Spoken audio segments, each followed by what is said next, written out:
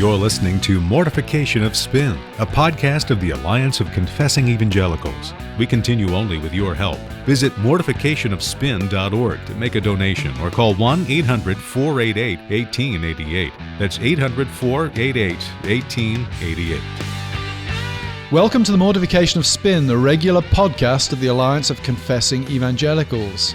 I'm your host, Carl Truman, professor of church history at Westminster Theological Seminary in Philadelphia and pastor of Cornerstone Presbyterian Church in Ambler, Pennsylvania. And I'm joined by my co-hosts, Aimee Bird, the famous housewife theologian from the wilds of West Virginia, and Todd Pruitt, who is still, I believe, the pastor of Covenant Presbyterian Church in Harrisonburg, Virginia, and I think having been there now for 3 or 4 months is extending his pastorate beyond his previous record. So welcome, Todd and Aimee. Well, Carl, it's I wish I could say it was good to be with you, but after that crack, I'm not so sure. It is always good to be around Aimee Bird, though, because she's not nearly as mean-spirited as you. She is indeed a rose between two middle-aged, balding, and bitter thorns. Absolutely. Well, I want to talk today about, I wouldn't say it's one of the most pressing issues facing the church, but a family of pressing issues that are facing the church at this time, and that is the chaos, the anarchy that surrounds the whole idea of sexuality and sexual morality. We're all aware of the major headlining issues, such as same-sex marriage, but there are a plethora. That's a complicated word for you there, Todd, aren't you? Yeah, would you explain that? Meaning a very large number indeed of other issues that are bubbling just below the surface. Recently, I think in California, there was a legal debate about whether a 5-year-old transgender person should be have a bathroom, a nondescript gender bathroom of their own. And every day, it seems, when one switches on the television, one is bombarded both with sexual images and with philosophies, ideas, narratives, plots that fundamentally reconfigure what we might now call old-fashioned traditional sexual morality and ideas of sexual identity. So I want to talk today about a whole host of issues that are pressing in on the church pastorally and are likely to continue to do so in an intensifying form for the near future. Todd, any immediate reflections on the current anarchy in the sexual world?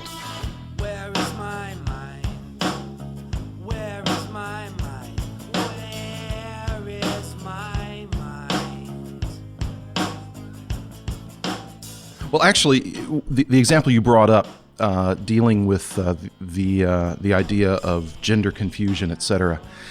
I remember when the debate regarding sexuality, sexual chaos, if you like, really had to do with pretty much confined to the area of to the issue of homosexuality. Well, now it's as if we've jumped the proverbial shark, and the debate is even over the reality of gender itself.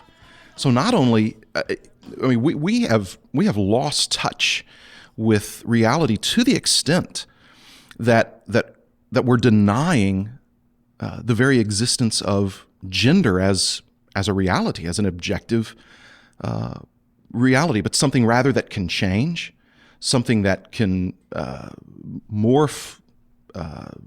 Not only just between male and female, but to entirely new categories, and that we've become free to identify ourselves in whatever sense we please. And so, chaos, I think, is a very good way to describe what's going on sexually.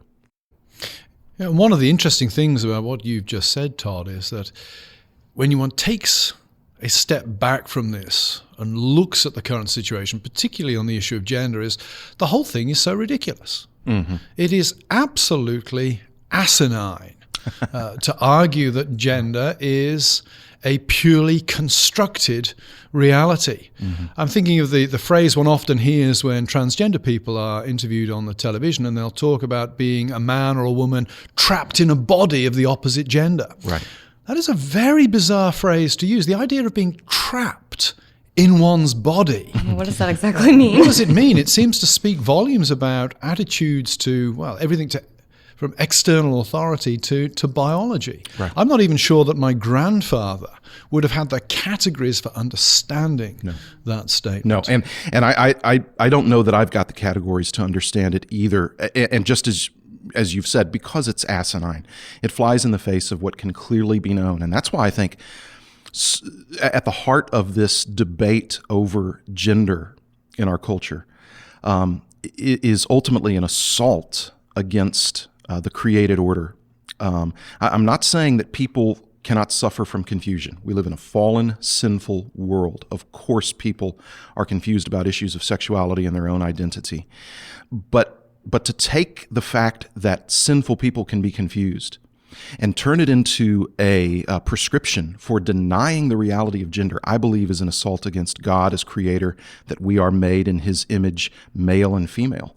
So it really is a theological issue. And we seem to be encouraging the confusion instead of teaching and in love and trying to clear it up. So well, because we can't say anymore, this is ridiculous. Well, we can on this program. We can on this program. That makes us unemployable in the rest of the country, of course. Exactly, because that points up the difficulty in having this debate outside of a Christian worldview, because it really is ridiculous. But apart from the presupposition that God is creator and that we are made in his image, male and female, if you jettison that, it's difficult to find something objective to appeal to say that denying gender is ridiculous. Yeah, it's interesting you put it that way, Todd, because it does seem to me that at the root of what we're looking at here, there is a repudiation of external authority on anything being posed upon us from the outside, an exaltation of the individual. And that makes it, one of the interesting things about the current culture in which we live is not simply the absolute obsession with sex. It's also the silence about death. If you look at the Victorian era, death is everywhere. It pervades the poetry. It pervades the artwork that one finds there. Sex is very much pushed to the margins in Victorian culture. Cut to the present day, sex is everywhere. It's on billboards, it's on the television, it's on your computer screen, it's in children's programs now, it's in Sesame Street, for goodness sake. Right. Well, death is nowhere to be found. Or if you find it, it's sentimentalized, or it's glorified into some sort of cartoon. Death, of course, is the one external authority, if you like, that all human beings ultimately have to acknowledge. we also have to submit. We have to submit to it. We can't, as with our gender, pretend it doesn't exist. Right. Ultimately, it will break in. And I wonder if our obsession with sex is parallel to our silence about death. And what's really going on here is a basic human dislike of anything that imposes limits upon us from the outside. Yeah. And having just, done an interview with Diane Langberg about sexual abuse, it just really opens the door to me while you're saying that. If we're going to throw authority out the window and deny death psychologically, just how much more abuse is going to happen, how much more sexual abuse is going to happen when we have our computers flashing pornographic ads on them, and even billboards in West Virginia are pretty sketchy, and the magazines in the grocery store right at my children's eye level, I feel like I have to put my body right in front of that. I think it just really opens the door to more and more sexual abuse as well. Well, you also have groups that are more openly now fighting against age of consent laws.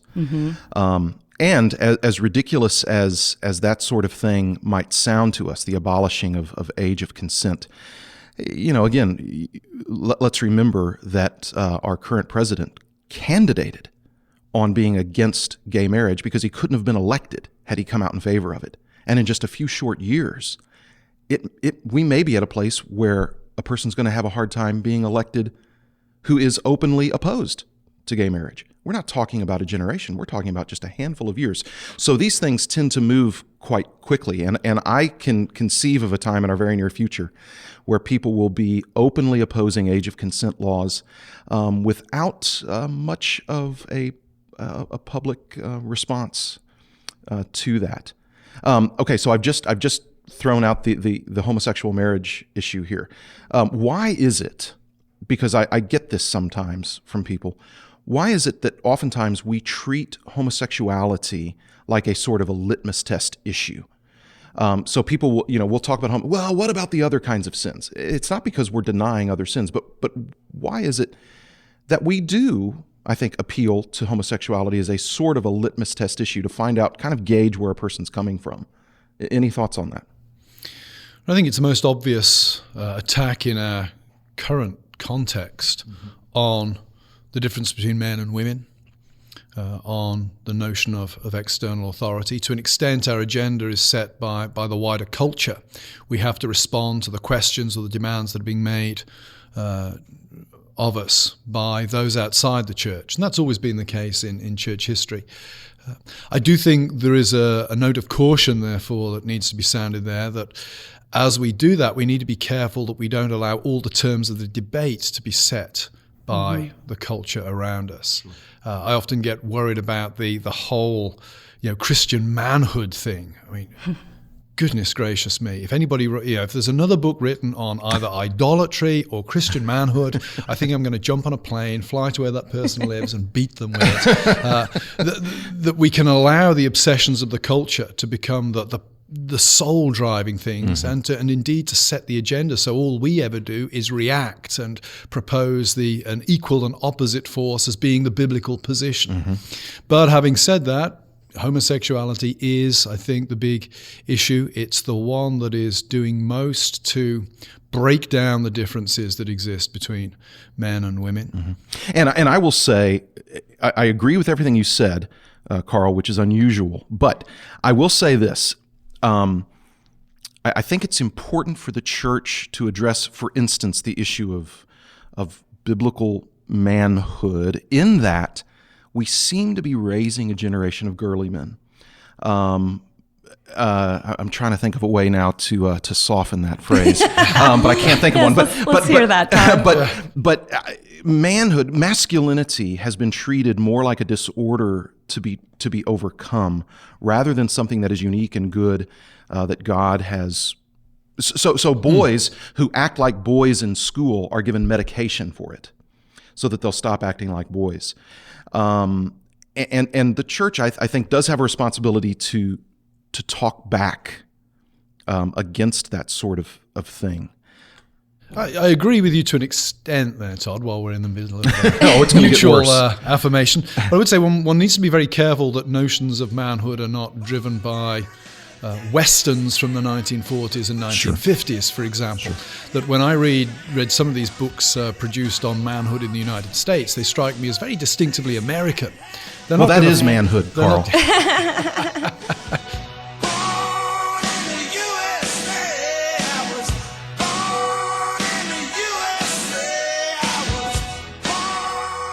Granted, you all gave us David Bowie, but hey, Europe gave you Napoleon. Britain, David Bowie was I have to say, an aberration. We also gave you Led Zeppelin. We also gave you The Who. Roger Daltrey. There is no more man's man as the leader of a rock band than Roger Daltrey. Anyway, getting back to the sensible point I was trying to make. Just because we get around.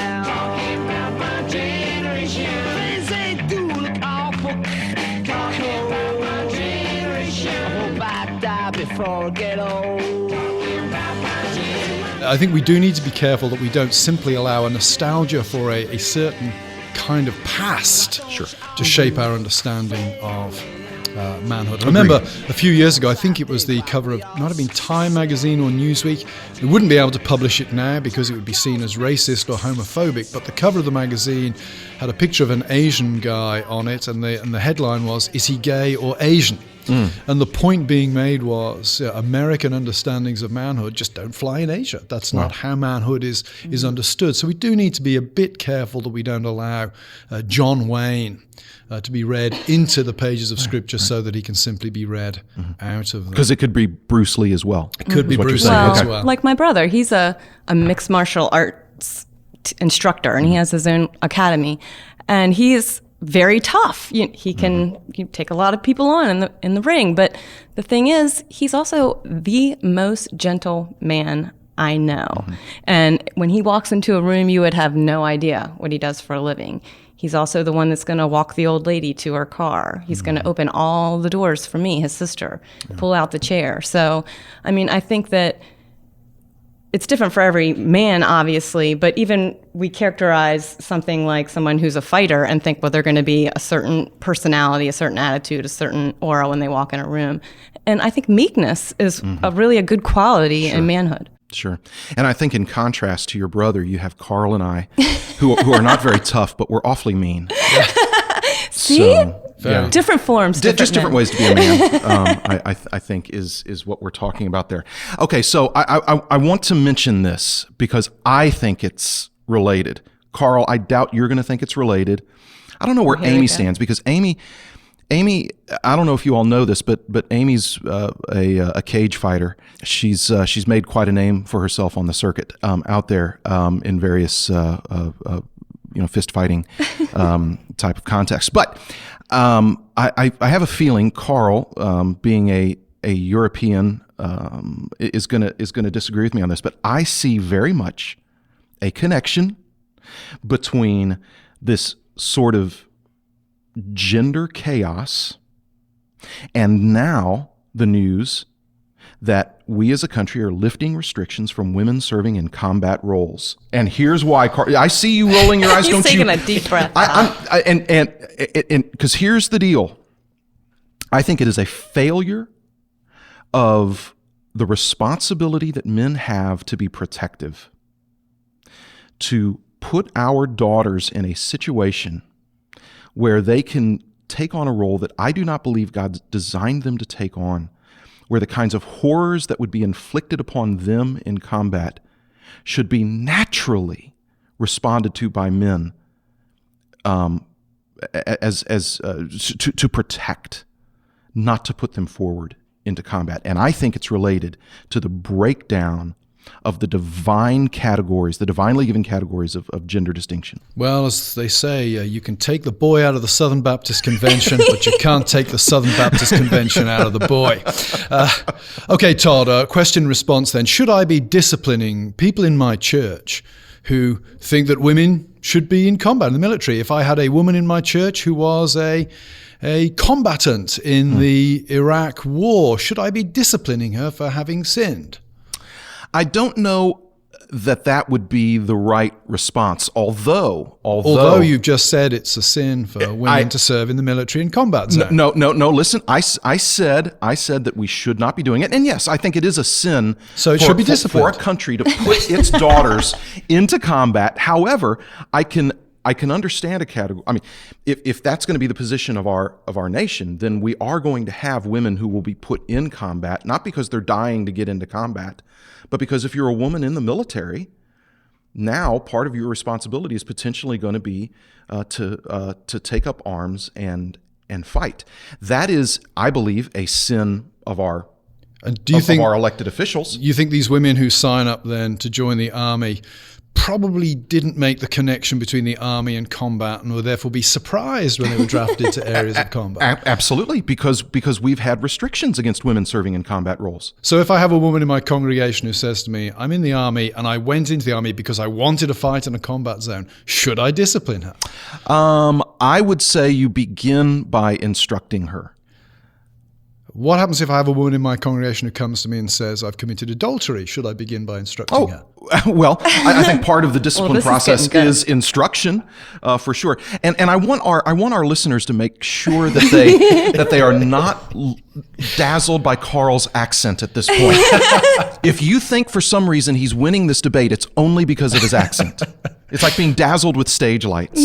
Well, anyway, moving on from the 1980s and theonomy at this point. One last area to think about relating to manhood, womanhood, and the rising generation. One of the things that strikes me that is a potential pastoral disaster in the making for the church is the rise of families with absentee fathers. And here's how I'd pitch it. You have a family without a father. You have a culture where, by and large, everybody under the age of 25 has either been exposed to internet pornography. Every male under the age of 25 has either been exposed to internet pornography or is struggling to resist it. The models for how to relate to women are therefore coming from just about the worst place. If you like, it's the marriage handbook drawn up by Hieronymus Bosch. It's the worst place that one could think of. What can the church do in these situations? I'd be interested to hear from Aimee on the standpoint of, from a woman's perspective, what should the church be doing for husbands and wives where the husband is really struggling with pornography? And of course, there's a wide range there. You have a situation where a husband's going to be repentant and wants help. Another situation where maybe that's not the case. But Aimee, from a Christian layperson's perspective, who's also a mother and a wife, what do you think would be a helpful response from the church? Like, even before the step of the couple coming before the elders and saying, we're having this problem, my husband's addicted to pornography, I think the church is often so quiet about it because it's embarrassing. Sure. And it's uncomfortable to talk about. And so I think we need to raise awareness before that. And especially when you have the single moms and raising sons and absent fathers, or maybe fathers that are very bad examples to their sons, we need some men in the church who are willing to model that for them, willing to establish relationships with some of the younger men in the church and take them on and be a mentor. And I think mentoring is a huge part of that. And so I also think that it's important not to be separating everyone in the church by age all the time. Yes. And I think that causes a huge problem. We have the youth group doing so many things on their own, and youth group can be a wonderful thing, but we need to make sure to combine the youth with our adults to see the healthy marriages in the church as well, communicating with one another. And then when you do get to that point, of course forgiveness is important, but I feel like so often I see, okay, well, we forgive you, stop sinning now. Right. And there are very few steps taken afterwards, even just checking up on the person. And then a lot of times I feel like the wife is just left to struggle alone. And there's very practical issues involved when there's a husband who's addicted to pornography. A lot of women think, I know I was talking to you guys about this before the program, that, okay, my husband's addicted to pornography, but if I take a strong stance against this could lead to separation or worse. And then what am I going to do? Give my kids custody on the weekends and let them be exposed to it even more? At least now I have some control.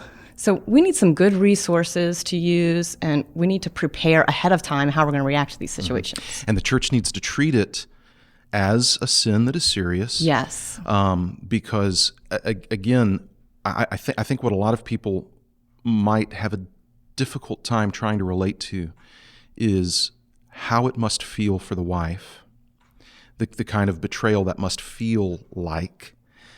Also understanding, as I think the wife intuitively understands in that moment, about what Jesus taught about lust and adultery in the heart.